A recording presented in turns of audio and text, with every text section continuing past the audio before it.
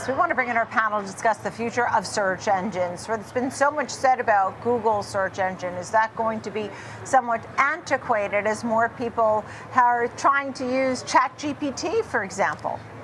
John Belton, Portfolio Manager, Managing Director for Growth Portfolio at Gabelli Funds, and Beth Kindig, CEO, Lead Tech Analyst at IO Fund. Thank you both for being with us. Beth, I use that as an example with Google versus ChatGPT. That seems to be one I hear a lot about.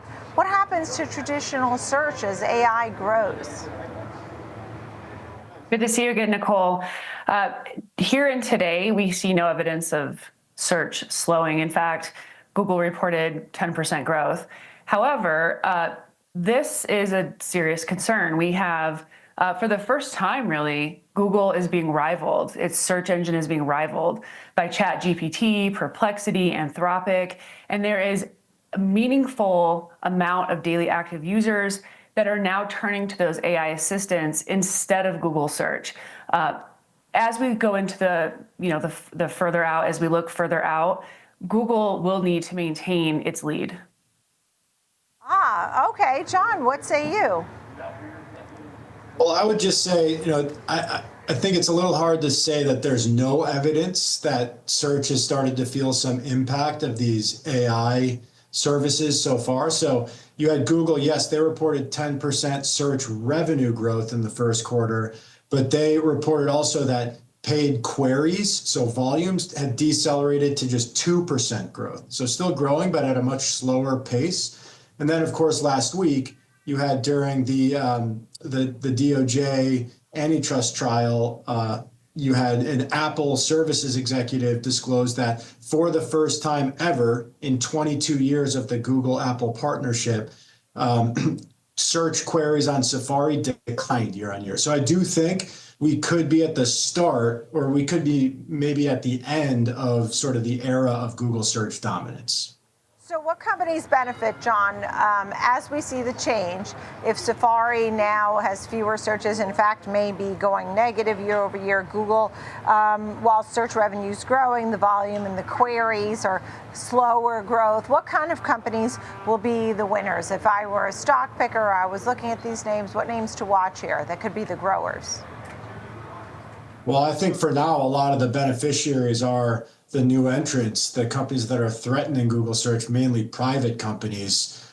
So, OpenAI being the big one. But OpenAI, of course, has a deep partnership with Microsoft, who's a large owner in OpenAI and who supports OpenAI on the infrastructure side. So I think, Microsoft is one business that is seeing the impact of this ramping usage of a service like ChatGPT at their cloud business. So usage on ChatGPT shows up in Microsoft Azure revenues, which unexpectedly accelerated to 35% growth in the latest quarter. So that'd be one sort of tech company that is an indirect beneficiary. But in terms of direct beneficiaries right now, I think it's still very early to say. But yeah, some of these AI chatbot service providers like OpenAI are the first beneficiaries.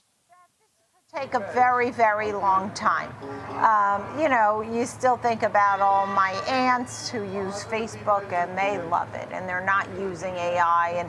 And, you have millions of people who are doing things a certain way and they're on Google searching and Safari searching. You seem less concerned about Google search, for example, going away or losing its place as the leader, right? I mean, this could take a long time, right? Beth?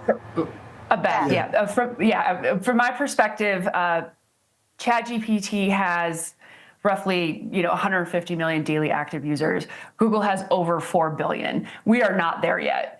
And I don't own Alphabet. I would say the bigger concern is that its Google Cloud decelerated 2 points. Showing Azure a little bit more strength here. They have 50% coming from AI. I think that story is well known. And, as you look further out, you're bringing up Meta here.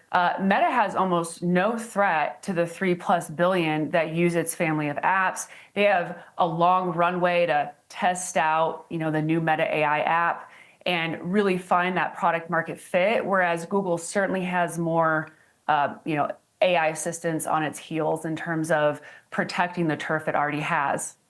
Again, looking further out. So Google and Meta still behemoths in their groups because of the numbers, the sheer power of the millions and millions of users. Great conversation. I think it's one that we could have a year from now. I wonder what we would do and talk about in 1 year from today. And there's been talk about OpenAI and a possible IPO that was in news today as well for Microsoft, that they may be trying to go back to that. We'll see. John Belton, Beth Kindig, thank you both. Nice to see you.